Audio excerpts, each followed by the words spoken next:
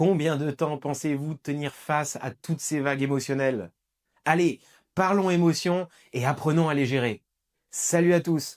Aujourd'hui, on est sur le 3e jour de cette semaine dédiée à la gestion des émotions. On plonge dedans et on regarde qu'est-ce qui se passe quand on les accepte totalement.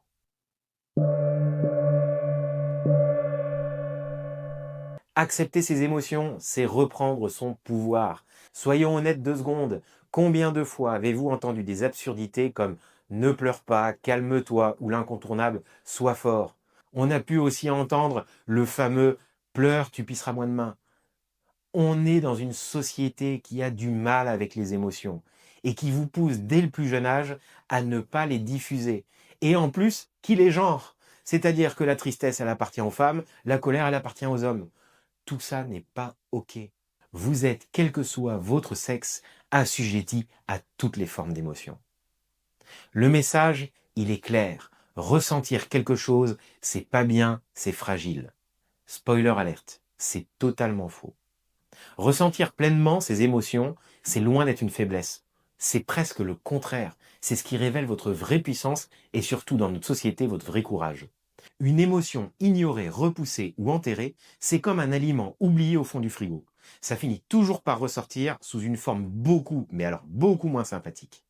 Des tensions musculaires, des réactions disproportionnées, de la fatigue mentale, et surtout elle prend discrètement, mais sûrement le contrôle. Bah oui, parce qu'une émotion, ça doit s'exprimer, ça doit sortir, donc vous faites juste cocotte minute. Mais il y a un moment, ça va péter. Vous pouvez autant l'ignorer que vous voulez, je vous l'assure, à un moment, ça va péter.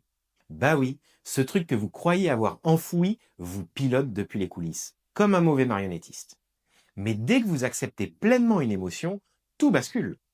Prenons la peur, par exemple. Ignorée, elle vous paralyse, vous fait reculer. Mais accueillie, elle devient une alliée. Ok, peur. Qu'est-ce que tu veux me dire exactement? Ce changement d'approche fait toute la différence. Vous passez d'une victime passive à un acteur lucide et déterminé. L'acceptation, ce n'est pas une résignation passive ou du fatalisme mou. C'est une posture active, un choix conscient.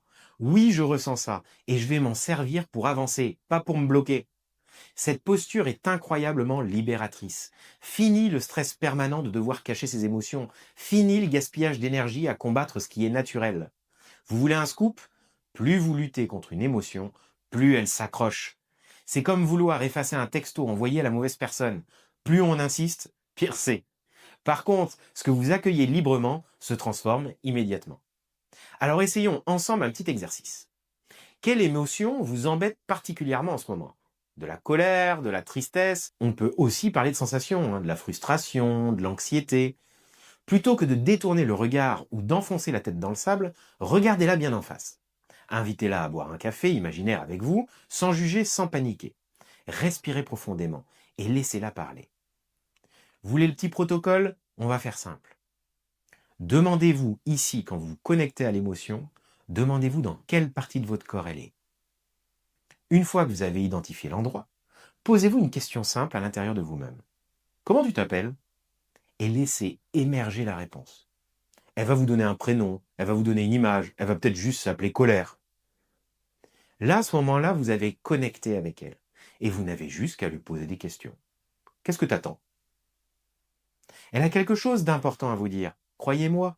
Voici la vérité brute. Votre capacité à accueillir vos émotions définit directement votre efficacité réelle dans la vie. Plus vous essayez d'être invulnérable, plus vous devenez fragile. À l'inverse, plus vous acceptez vos émotions, plus vous gagnez en liberté intérieure et en puissance personnelle. Non, accueillir ses émotions ne signifie pas se laisser submerger ou abandonner le contrôle à ses sentiments. C'est plutôt comprendre que vos émotions sont des messages utiles et que vous êtes largement assez fort pour les traverser sans vous perdre. Alors arrêtez 2 secondes de chercher à être une espèce de super-héros sans faille. Votre vraie puissance ne réside pas dans la perfection, mais dans l'authenticité brute et assumée. C'est exactement là que se cache votre potentiel. Aujourd'hui, vous pouvez décider de faire un choix simple, mais révolutionnaire. Accueillir pleinement ce que vous ressentez.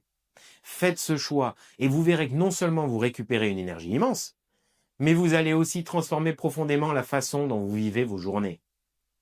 Rappelez-vous, accueillir et discuter avec ses émotions, c'est vraiment reprendre son pouvoir. Pas demain, pas après-demain, mais maintenant. Lancez-vous. Votre vraie vie, elle commence là, dans ce choix précis. Allez, demain, c'est le 4e jour de la semaine. Et comme tous les 4e jours de la semaine, c'est le diagnostic. Allez, à demain.